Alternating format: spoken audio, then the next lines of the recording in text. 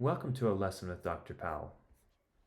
Let's take a look in this video at another practice problem that deals with rigorous limit statements. This was an epsilon n. This follows our previous video. We had problem number 1 that dealt with an m delta definition. So I invite you in this video to try it out on your own. So when you're ready, pause the video and then try it on your own, and then after you've tried, watch the solution to verify or to learn something. Okay, so on your mark, get set, pause the video and try it out. Okay, now here's the solution. So what we're doing is we're verifying this, that an epsilon n definition is holding here for this particular limit statement.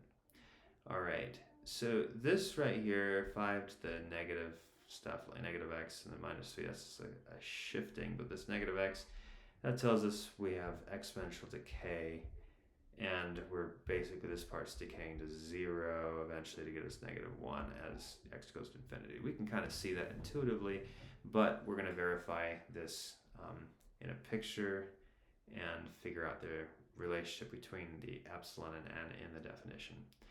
In this particular situation, that is. Okay, so we have so exponential decay coming to y equals -1.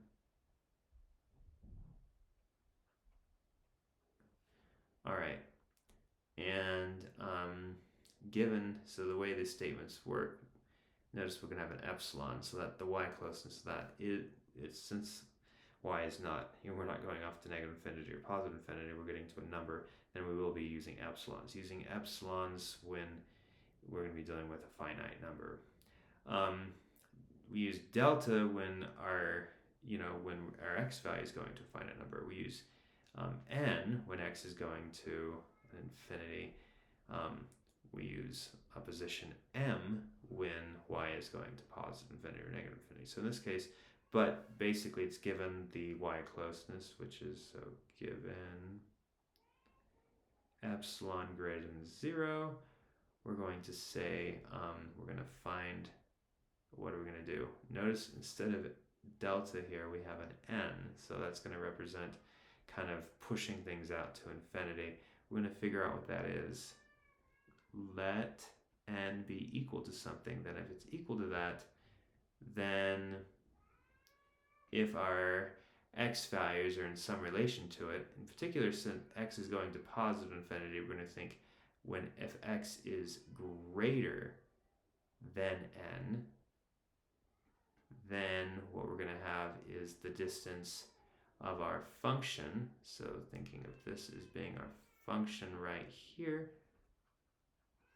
our distance of our function to -1, so f of x minus -1, which is f of x plus 1, absolute value, because it doesn't matter which side we're on, that's going to be less than epsilon. Okay, so let's kind of look at the picture.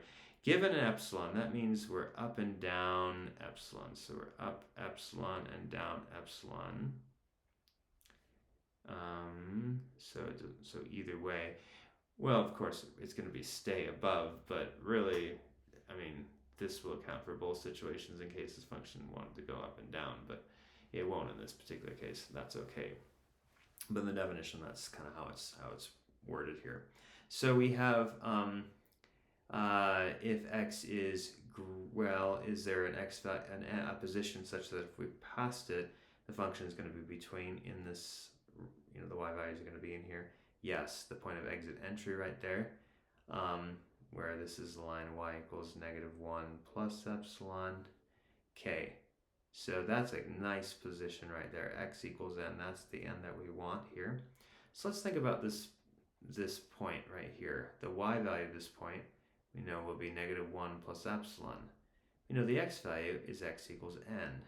We can use this to find a relationship between n and epsilon, because we know if we plug this in to the function, so f of n, what will we end up getting? We should end up getting this y value. So this will give us a relationship between an n and epsilon, where n depends on what epsilon is.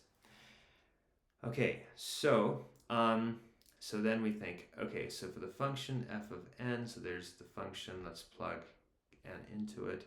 We get 5 minus n minus 3, that's minus 1, that's the function, and that's going to be equal to negative 1 plus epsilon. Okay, so we can add, so if we, well, notice we can add 1 to both sides, and that goes away. So then we can take, if we want to, we can take the log base 5 of both sides, and just be left with negative n minus 3. We can add 3 over, and then multiply both sides by a negative.